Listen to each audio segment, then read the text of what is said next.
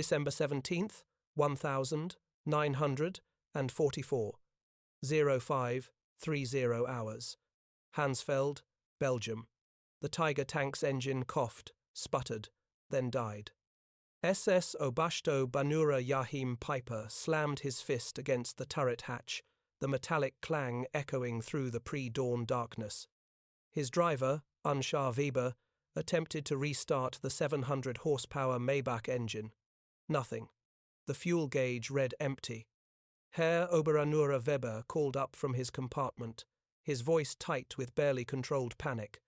The reserve tank is also dry. Peiper climbed down from his command tank, his boots crunching on the frozen Belgian soil. Around him, the most powerful armoured spearhead the Wehrmacht had assembled for Operation Watch on the Rhine, the Ardennes offensive, sat motionless. 67 tanks, 149 half-tracks, and nearly 5,000 of Germany's most elite Waffen-SS soldiers, all paralyzed by empty fuel tanks. Through the morning mist, Peiper could see the abandoned American position ahead, Honsfeld, a critical supply depot for the U.S. 99th Infantry Division. The Americans had fled so quickly they'd left fires still burning in oil drums, coffee still hot in metal cups, and there, lined up like a gift from the god of war himself, stood rows upon rows of jerry cans, thousands of them, the distinctive olive-drab American fuel containers. Peiper approached slowly, almost reverently. His adjutant Hauptbefehlsführer Hans Gruller pried open one can and sniffed benzene Herr Oberscharführer high-octane gasoline as his men began the frantic work of refueling their vehicles. Peiper walked among the stockpile counting. The mathematics were staggering. 50,000 gallons, enough to fuel his entire Kampfgruppe for the push to the Meuse River, enough to potentially change the course of the offensive. The Americans had abandoned more fuel in this single depot than most German divisions had received in the past 6 months. But as Peiper stood among this bounty, watching his men pour American fuel into German tanks, a crushing realization settled over him like the morning fog. If the Americans could afford to abandon such quantities, if they could leave behind what Germany would guard with entire divisions, then this war was already over. Germany hadn't just miscalculated. Germany had fundamentally misunderstood the nature of its enemy. 6 months before Peiper's discovery at Honsfeld in June 1944, Albert Speer, Hitler's Minister of Armaments and War Production, had presented the Führer with a report that should have ended all offensive operations immediately. Germany's synthetic fuel production, the lifeblood of the Wehrmacht, had been systematically destroyed by Allied bombing. The Leuna works, which had produced 175,000 tons of fuel in April, managed only 5,000 tons by September. The Burguous hydrogenation plants at Pitz, Blehammer and Brooks were operating at less than 10% capacity. The numbers told a story of inevitable defeat. In 1944, the United States produced 1.8 billion barrels of crude oil. Germany, including all synthetic production and captured Romanian fields, managed 33 million barrels, less than 2% of American production. The Third Reich was attempting to wage mechanized warfare with horse-drawn logistics. While America was drowning its armies in petroleum abundance, Major Friedrich Simmmann of the Wehrmacht's Logistics Command had calculated that the Ardennes offensive would require 4.5 million gallons of fuel to reach Antwerp. Hitler allocated 5 million gallons, but only half was actually delivered due to transportation problems. The German High Command was betting the entire offensive on capturing enemy supplies, a strategy that revealed terminal weakness rather than strength. The Americans, meanwhile, had constructed a petroleum pipeline system across France called PLU, Pipeline Under the Ocean, and the Red Ball Express, a massive truck convoy system that delivered 12,500 tons of supplies daily to the front lines.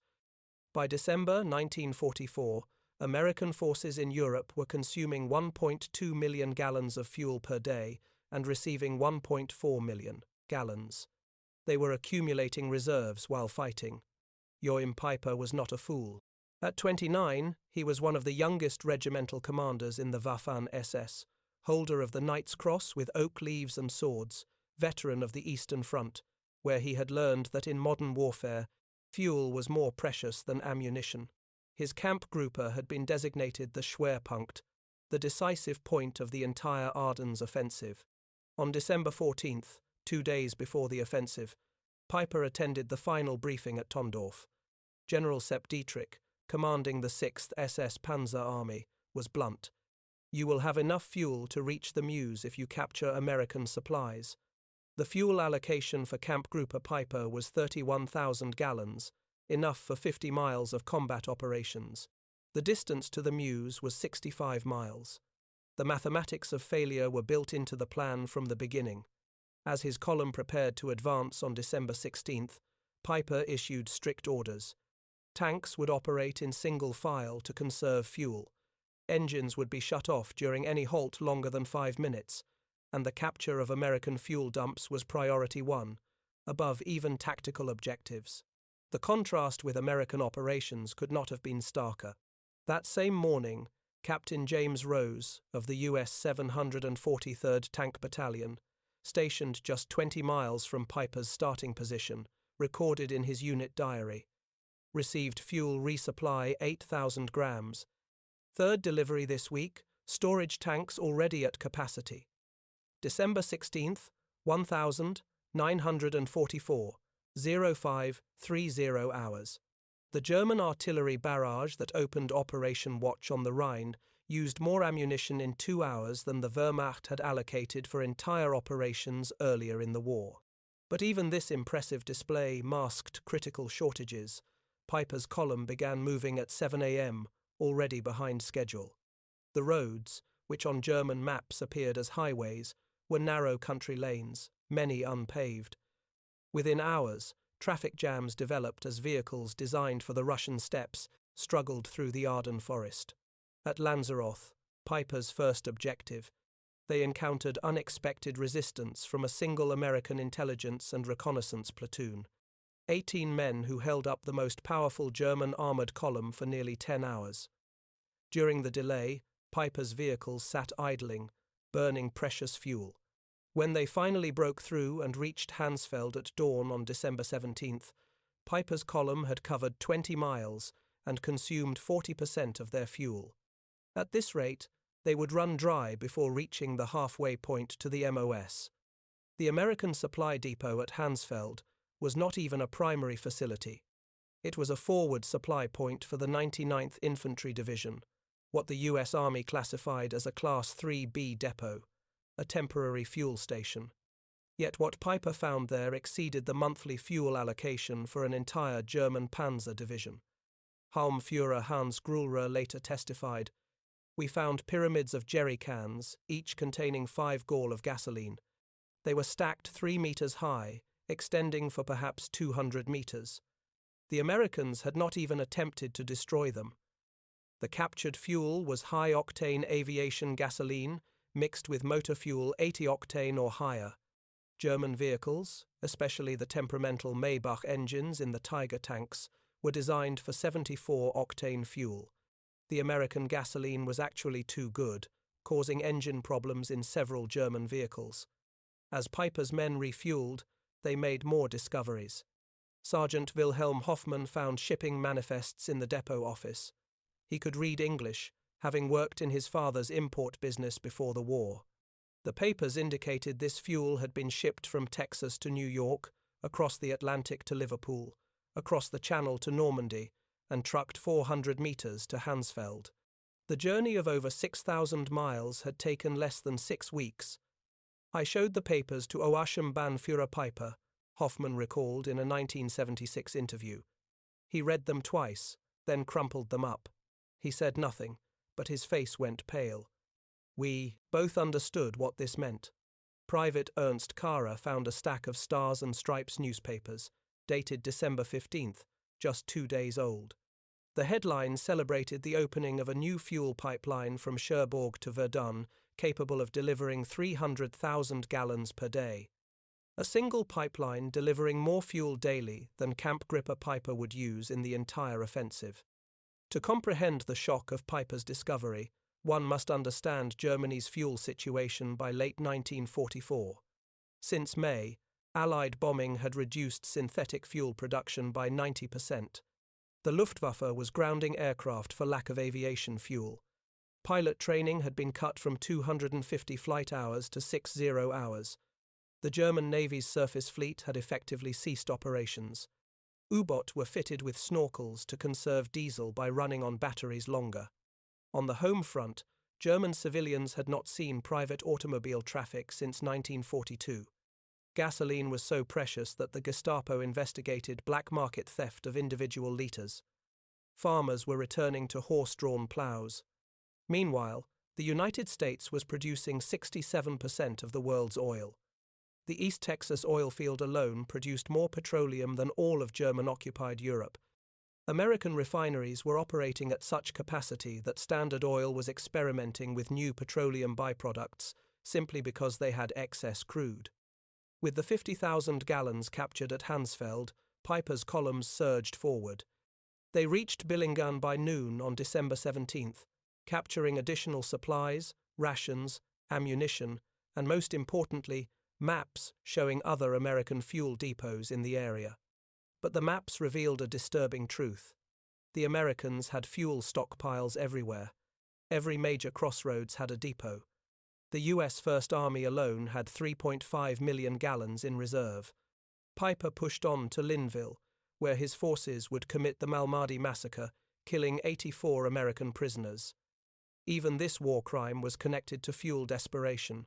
Peiper later claimed he could not spare gasoline to transport prisoners. By evening on December 17th, Peiper's spearhead reached Stavelot, site of a major American fuel depot containing over 2 million gallons. Here was enough fuel to guarantee reaching the Meuse. But as the first German vehicles approached, American engineers were already at work. Captain John Brewster of the 291st Engineer Combat Battalion had received warning of the German approach. His orders were simple: deny fuel to the enemy at all costs. The Stavelot depot contained 2,189,000 gallons of gasoline in jerry cans stacked across 15 acres. At 16:30 on December 17th, as Peiper's advanced guard approached, Captain Brewster gave the order. Engineers poured gasoline trails between the stacks. White phosphorus grenades were distributed. Technical Sergeant Paul Solis threw the first grenade. The explosion was immediate and tremendous, he recalled. A wall of fire shot up maybe 100 feet. Within minutes, the entire depot was an inferno. Peiper's lead tanks arrived to find a pillar of black smoke rising 1,000 feet into the sky. The fire would burn for 3 days, consuming enough fuel to have powered Peiper's entire division to Antwerp and back. Unterführer Weber described the scene. The Oberschirmführer stood on his tank turret watching the flames. He said nothing for perhaps 5 minutes. Then he climbed down and told me they can afford to burn 2 million gallons to deny them to us. What are we doing here? Across the Ardennes, American engineers were destroying fuel dumps rather than risk capture. At Tuapon, 1.1 million gallons burned. At Spa, 2.5 million gallons were destroyed. In total, Americans deliberately destroyed over 8 million gallons during the first week, more than Germany had allocated for the entire operation. The ability to casually destroy millions of gallons was rooted in a supply system beyond German comprehension. The Red Ball Express had delivered 412,000 tons of supplies using 6,000 trucks operating round the clock. Each truck consumed 40 gall daily. The operation itself burned more fuel than German Army Group B received monthly. By December 1944, the Motor Transport Service employed 230 truck companies operating on color-coded routes. The system delivered 20,000 tons of supplies daily, including 3,000 tons of fuel. Colonel James Snyder, Chief Logistics Officer for First Army, recorded on December 18th, fuel receipts yesterday 1,847,000 gallons. Fuel issued 1,623,000 gall. Net gain to reserves 224,000 gall. The pipeline system was even more impressive. Operation Pluto had laid pipes across the English Channel, pumping 1 million gallons daily from Britain. A network of pipelines extended inland. The Cherbourg-Paris line delivered 800,000 gallons daily. The Seine line moved 650,000 gall. By December 1944, Allied forces in northwest Europe were consuming 7.5 million gallons daily, while receiving 8.2 million gallons. They were building reserves during offensive operations. As Peiper pushed deeper into Belgium on December 18th, the impossibility of the German position became clear. At Chaux, they captured another depot. 5,000 gallons consumed in 3 hours of combat. Tiger tanks consumed 2.5 gall per mile in battle. Panthers burned 1.5 gall per mile.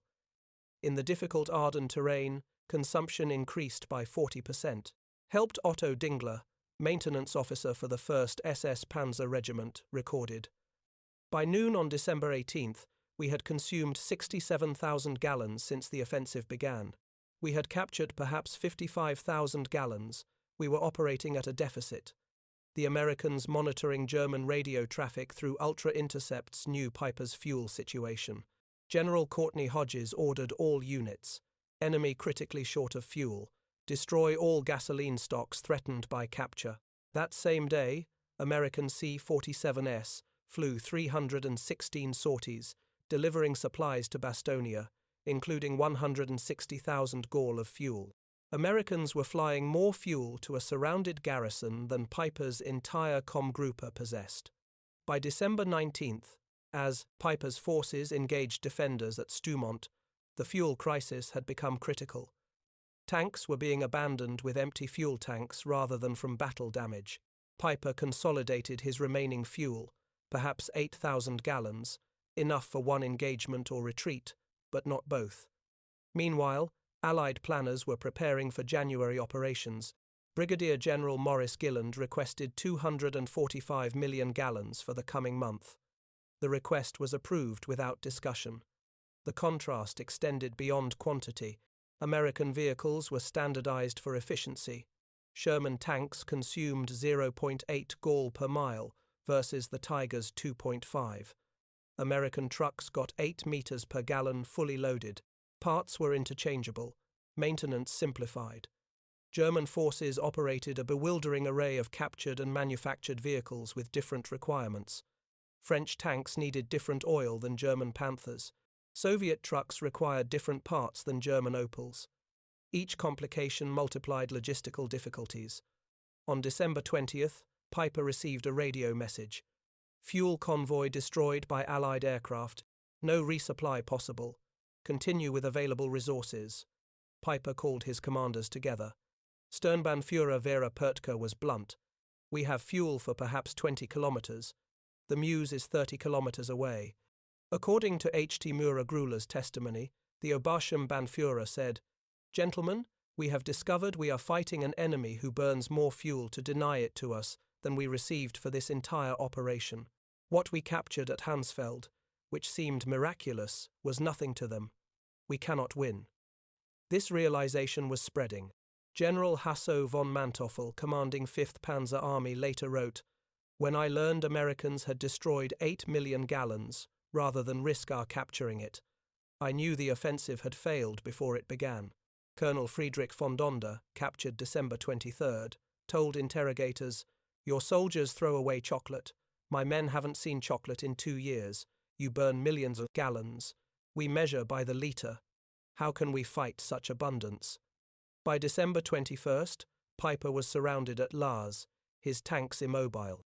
American forces surrounding him, 31st Infantry Division, 82nd Airborne, 3rd Armored, had a combined fuel allocation of 340,000 gallons for December 21st alone. Peiper had perhaps 1,000 gallons. Private First Class Richard McKinney wrote home, "We've got Germans surrounded who ran out of gas. Our captain jokes we use more fuel heating coffee than they have for tanks." The American response demonstrated industrial warfare at its peak. Patton's Third Army pivot north required 350,000 gallons just for redeployment, considered impossible by German standards, yet accomplished in 3 days. December 23rd brought clear weather. Allied aircraft flew 2,000 sorties, each burning fuel at rates that would have grounded the Luftwaffe for weeks. P-47S consumed 300 gall per hour. B-26S burned 200 gall hourly. One day's air operations consumed more than Germany's entire offensive allocation. On the night of December 23rd to 24th, Peiper abandoned his vehicles and escaped on foot.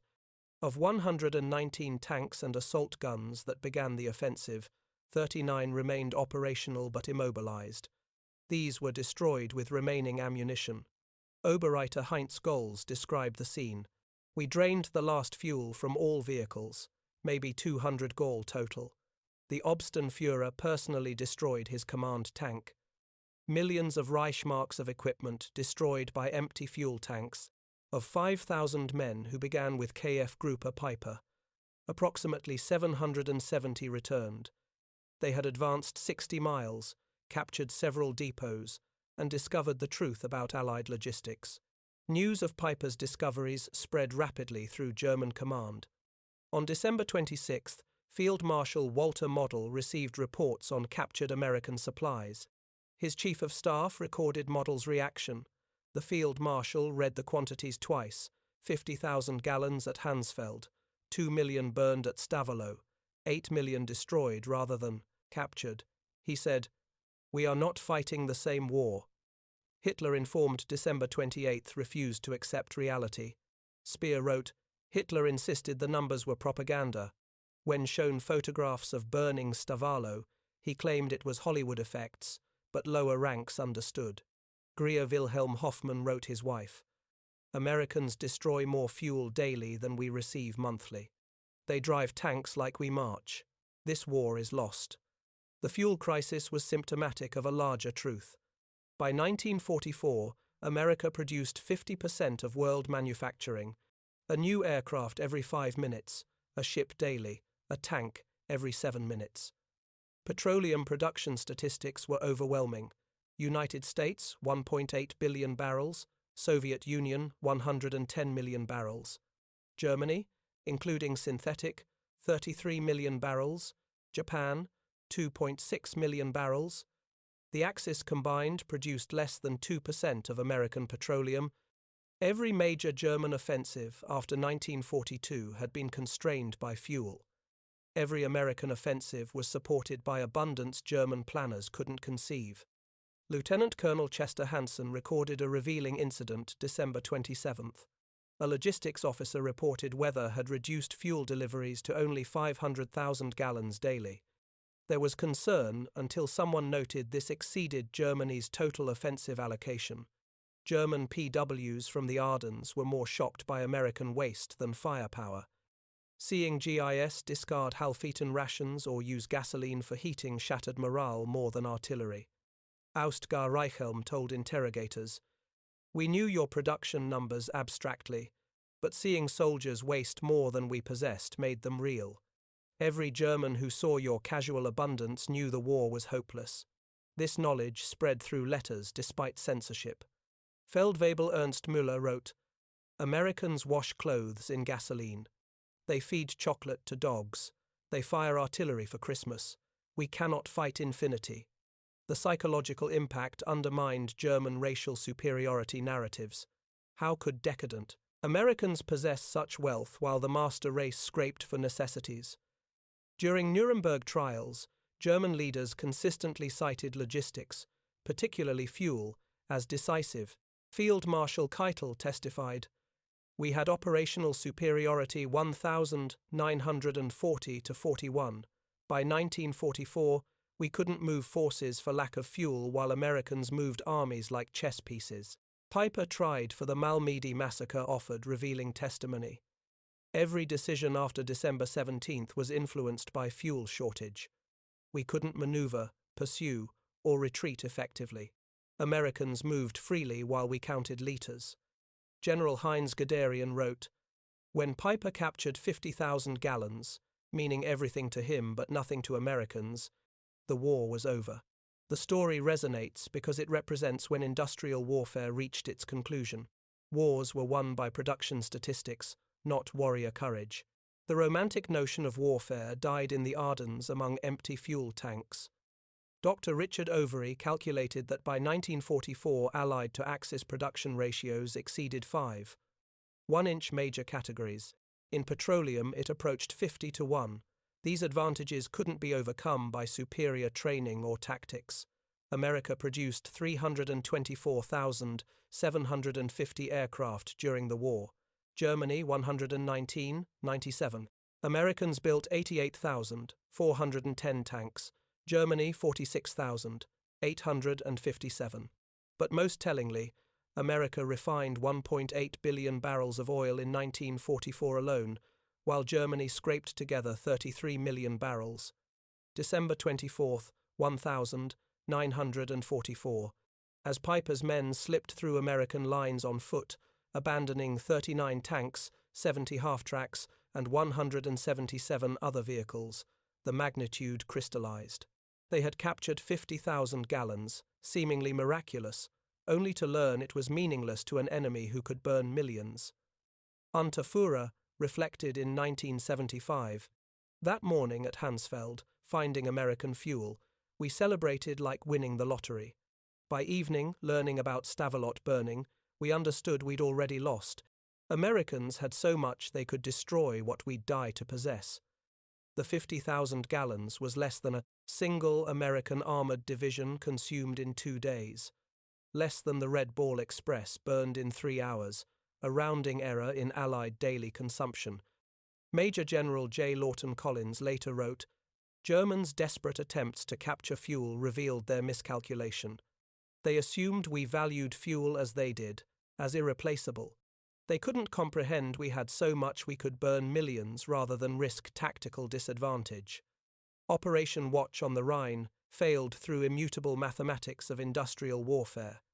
The offensive consumed approximately 2.8 million gallons, 40% overall allocation, the difference from captured supplies. During the same period, Americans consumed 267 million gallons, nearly 100 times more. The Wehrmacht lost 100,000 men, 800 tanks, 1,000 aircraft, but most devastating was loss of illusions. Every German witnessing American abundance understood Germany wasn't fighting a war, but participating in its own execution. Jim Peiper survived imprisoned until 1956 for war crimes. On July 14, 1976, he was murdered at his French home by unknown assailants. But in 1967, he told historian Henry Lehman, "Finding that depot was the worst thing. If we'd run out earlier, we might have retreated with dignity. Instead, we discovered Americans had oceans while we had drops. We discovered impossibility.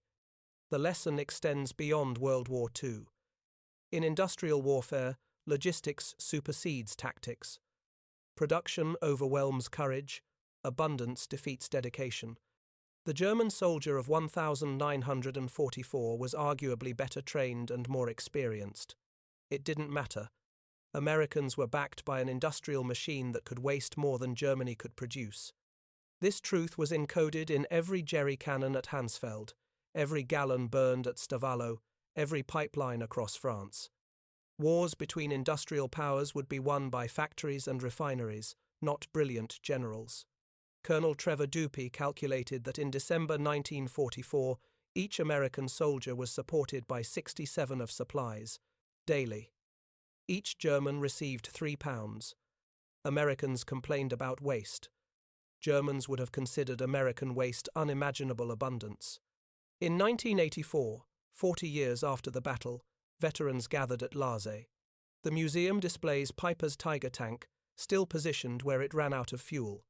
December 23, 1944. Former Unratsier Karl Wortmann stood beside the tank with former Staff Sergeant Roy Anderson of the 30th Infantry Division. "We always wondered why you stopped," Anderson said. "We thought it was tactical." Wortmann laughed bitterly. "We stopped because tanks were empty. You burned millions to keep it from us. How could we fight that?" Anderson was quiet, then said, "We never knew you were that short. We had so much we never thought about it." That exchange captured December 1944's truth. One side measured by the gallon, the other by millions. One fought for each jerry can, the other burned oceans. The outcome was predetermined. German records provide damning evidence. Army Group B's War Diary, December 1944. December 16th, offensive begins. Fuel 70% of minimum. December 17th, Peiper captures 50,000 gallons. December 18th, multiple depots destroyed. 5+ million gallons lost. December 19th, fuel critical units immobilized. December 24th, Peiper abandons vehicles. Fuel exhaustion. Meanwhile, First Army reports December 16th, reserves 3.7 million gallons. December 17th, 2.2 million destroyed. December 18th, 1.8 million received. December 24th, reserves 4.1 million. Americans treated millions with indifference. Germans reserved for individual cans. Beyond quantity, American fuel represented technological superiority. American refineries perfected catalytic cracking, producing higher octanes more efficiently than German hydrogenation. American 100-octane aviation fuel gave aircraft performance advantages over German planes, running 87-octane synthetic. Americans perfected additives Germany couldn't replicate. Tetrathyled, ethylene, diramide detergents. German engines designed for lower quality often ran poorly on captured American gasoline. Fuel shortage shaped every soldier's experience. Gerrit Hans Müller recorded December 20th marched 30 kilometers. No fuel for trucks past abandoned American vehicles with engines running for warmth. They leave engines running. We marched through snow. Medical services were crippled. Ambulances couldn't evacuate wounded. Hospitals couldn't run generators.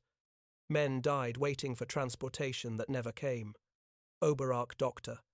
Wilhelm Kirsting testified, "We had excellent surgeons, supplies captured from Americans, but no fuel for ambulances. Men died who could have been saved with 10 kilometers transport." The discoveries shattered German propaganda about American weakness. Soldiers had been told Americans were soft, incapable. Then they discovered Americans could destroy more than Germany possessed. Goebbels's diary, December 28th.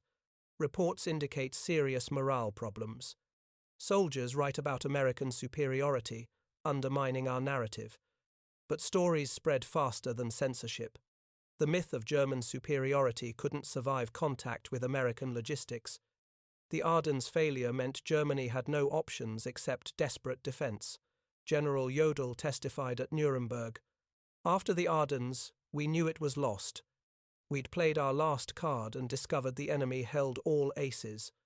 Recognizing German desperation, Allies focused on destroying fuel production. By February 1945, German fuel production ceased.